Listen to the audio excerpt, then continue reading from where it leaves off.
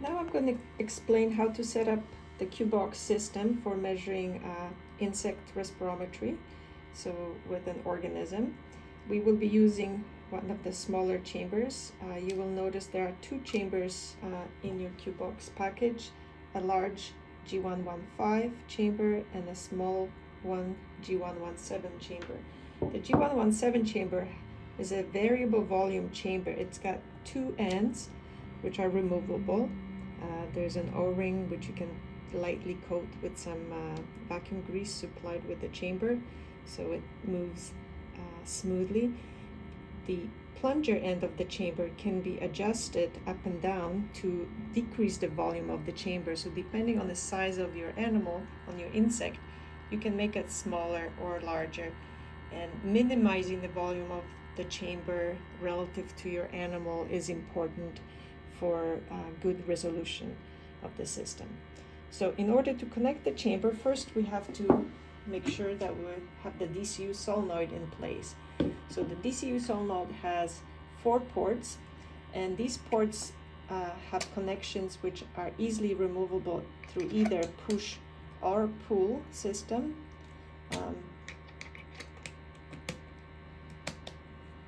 In this case, you can see you push these back a little bit to release the tubing.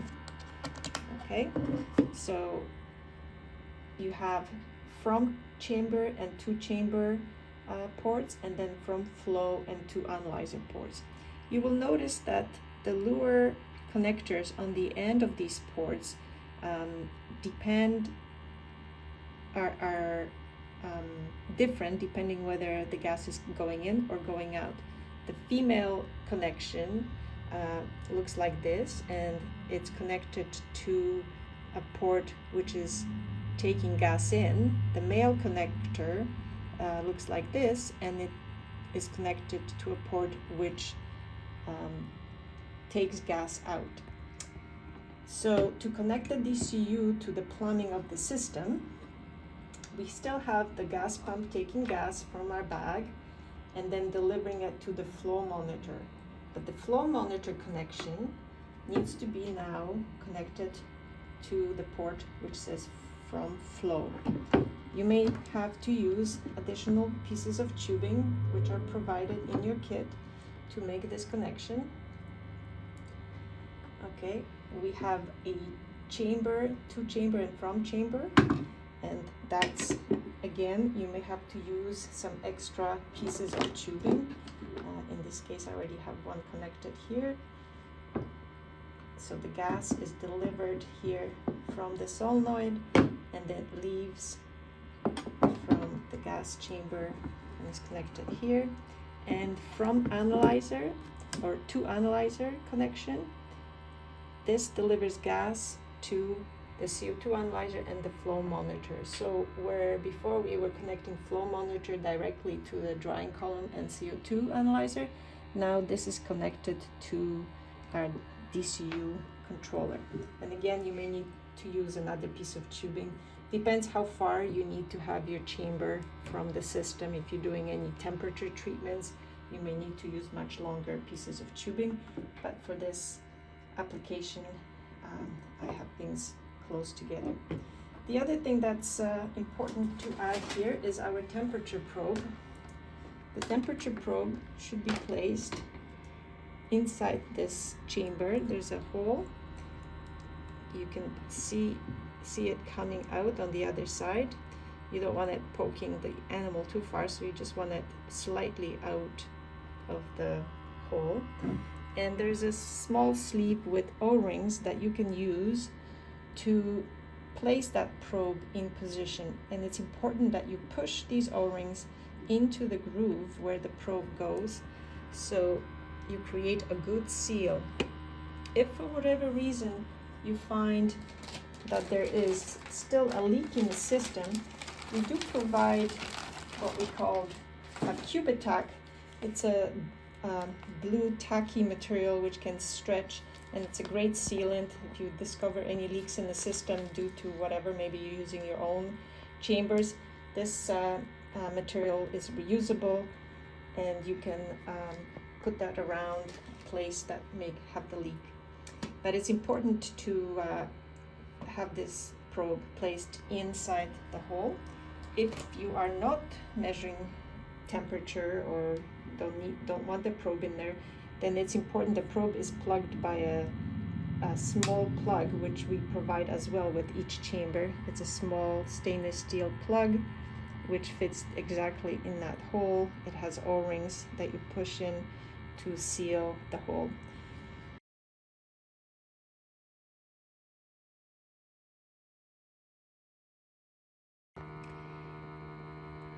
I'd like to show you how to adjust the flow rate for your Q Box RP1LP. In your accessory kit, you will find this small wrench.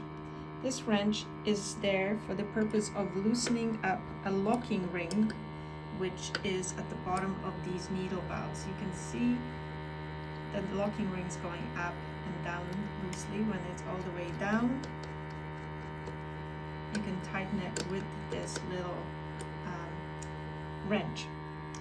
This locking ring is there to secure, once you've set your flow rate, to secure it in place so no one can accidentally bump the needle valve and change the flow rate.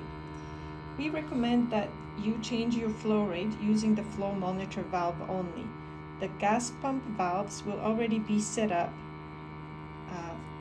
in a default setting to provide you with about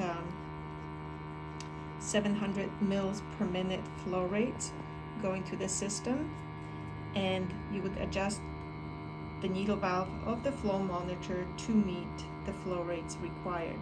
You would do that by looking in the software, looking at the flow meter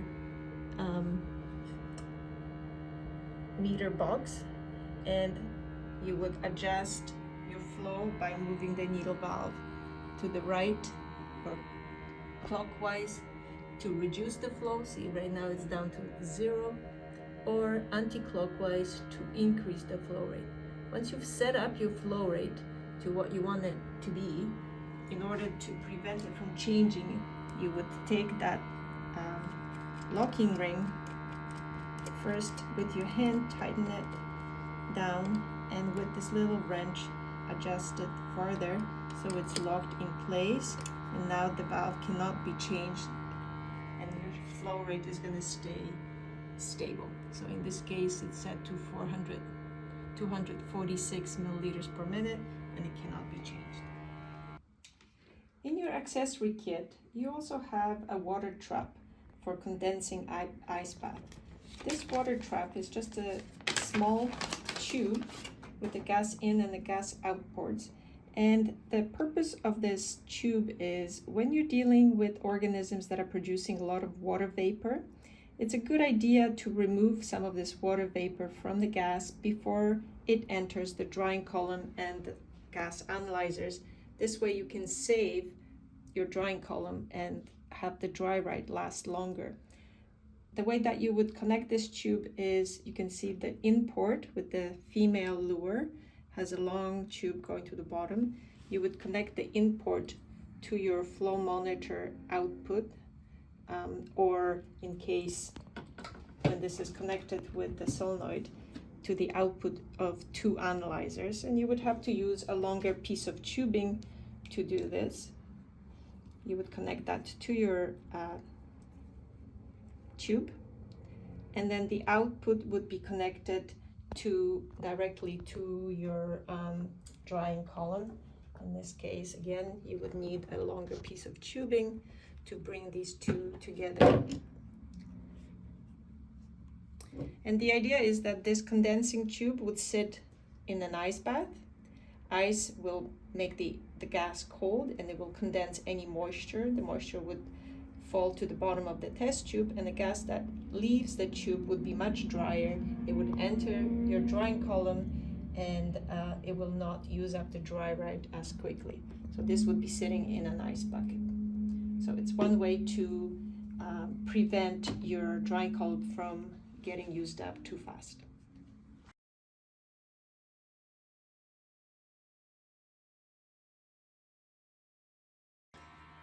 So we are now ready to take measurements with an insect. I have 2 insects placed inside the chamber right now. You can see I've minimized the volume of the chamber as well by pushing the plunger in. We have the system all ready to go. So in order for this to start measuring, there are a few things that you have to set up in the software. So right now, when the software is not collecting data, meaning this button here, which says collect, is green, okay, there's no data being collected. Data is only shown in these windows. Currently, we have a flow rate of 117 going through, and this is the CO2 levels that are being measured right now from the bug, because right now, currently, when the system is not activated, not running, not collecting data, gas is flowing through the insect chamber and then through the system to the analyzers. What we have to do before we start collections, we have to set up these 2 user parameters, flush time and stop time. Flush time is a time that is set for how long you want gas to be flowing through the insect chamber, and stop time is how long you want the gas to be bypassing the chamber. When measuring small organisms like insects, stop flow is the most useful method of measuring CO2 and O2 exchange, because the animals are small and there will not be a lot of CO2 produced. But if the insects are active and the animal is bigger or active, then open flow will be more important for getting the measurements. And to do open flow, you would increase the time for flush and decrease the time for stop. To figure out what's the best settings of these 2 parameters, you have to run few test runs with your animal and figure that out, because it's all going to depend on the size of the animal. It's going to depend on the size of the chamber. You know, when this chamber is fully open, you're looking at about 8 milliliters total volume. With 100 milliliter per minute flow rate, you're flushing that very quickly. If it's a bigger chamber like this one, and you're dealing with 200 milliliters of volume, gas volume in here, then, you know, at 100 mils a minute, it's going to take 2 minutes to flush the chamber once, and you should be flushing the chamber at least 5 times to get a good steady state readings. So the best thing to do is to set these parameters up initially, maybe even start with default that you receive with the package, and then look at the data and see, you know, what you're measuring, how big the CO2 peaks are or the differentials, and then decide. So for a small chamber like this, I would recommend flush time maybe of 3 minutes, stop time of 2 minutes, and we'll see what the data looks like. The other parameters, the event time, oxygen delay, delay high and delay low, these parameters can be set after data has been collected, and we will cover that in a separate video. The user parameters, flush time and stop time, have to be set up before you start data collection. So right now I'm going to start the data collection, and you do that by clicking on the collect button here. You'll see this window saying erase and continue, store latest run, append to latest, and so on. I recommend every single run you do is in a brand new file, so you click erase and continue, so it's brand new run being done. You can see as soon as you do that, there's data populating in the table. There is data starting to show up on the graphs as well. Okay, you can manually adjust these graphs and what's being displayed depending on the readings. You know, so we're reading 437 ppm CO2, so we're, you know, it's showing up on the graph. It's within the range that we see here. So I'm going to leave that as is. However, oxygen is 20.986, and Is that showing up? Yes, it is. Okay, it is also on scale, so that's fine. But if you wanted to make any changes to your scale, you would simply click on the minimum range and type in, you know, the new value that you want to use. So in this case, let's say 20.9. Okay, and then you can zoom in on your data. The same goes for the time. If you want to be able to see, you know, more time or less time, you know, once you've collected data, you can adjust that here as well by typing in whatever the time range you want to be able to see. The data continues to be collected even when it goes past 20 minutes, but you can make changes as you're looking at your data to be able to visualize it better.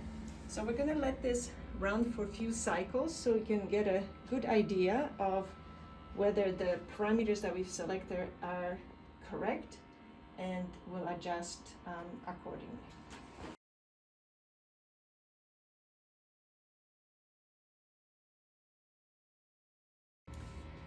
Okay, so we have collected some data now. You can see we have 1, 2, 3, 4 cycles of flash and stop.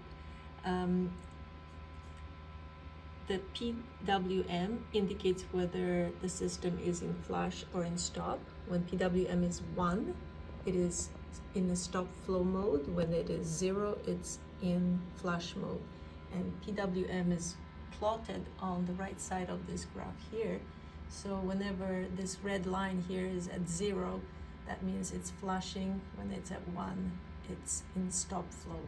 So during stop flow is when we're measuring the reference or background levels. It's bypassing the chamber. And you can see the background levels here are close to 412 parts per million CO2, which is what's in the gas bag. When you first start flashing after a stop flow, you see this peak in CO2, which is the CO2 that has accumulated inside the chamber, is being flashed out, and then a new steady state level is achieved. So this is basically open flow respirometry right here of the insects. And then it goes back to bypass again, or stop flow, and we get back to reference readings for 2 minutes, and then back to flush again. You get that peak of CO2, and then steady state. The same thing is happening with oxygen. It's not as visible on this graph because of the resolution. And remember, I showed you, you can adjust that. 20.93 maybe we'll put in here, and adjust the top of the graph to 21. And that sort of zooms into the data further. You can see that the oxygen is drifting down, which is probably a result of temperature drifting up a little bit. Again, the temperature here, you can adjust this, 24, and you can see that there is a temperature drift. This room where we're filming this is not temperature controlled, so there will be change in temperature, and oxygen analyzer will respond to changes in temperature. However, because we are bypassing the flow of through the chamber every 3 minutes and stopping the flow for 2 minutes, every 2 minutes basically we're measuring our reference levels, and even if there is a drift, we extrapolate, the software extrapolates what that drift is, and it can subtract it from the actual data. So these peaks of oxygen that you see here correspond to the peaks in CO2 release from the animal.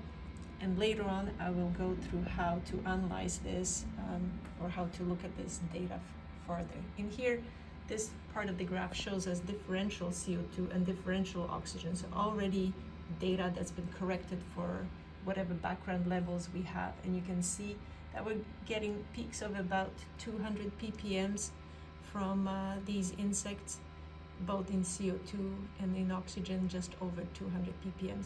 So this data is pretty good. This flash time and stop time selection works quite well for these insects, their activity and the size of the chamber. So we will leave it as is.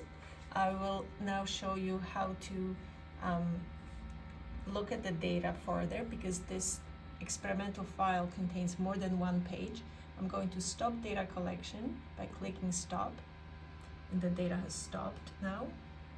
When you finish collecting data for your experiment, it's really important to save your experimental file, and it's important to save it under a different name than your original setup file.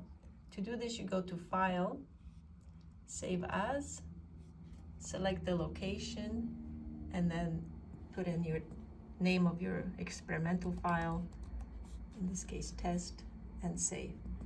This way your original setup file does not get overridden accidentally, and you can always go back to it whenever you need to.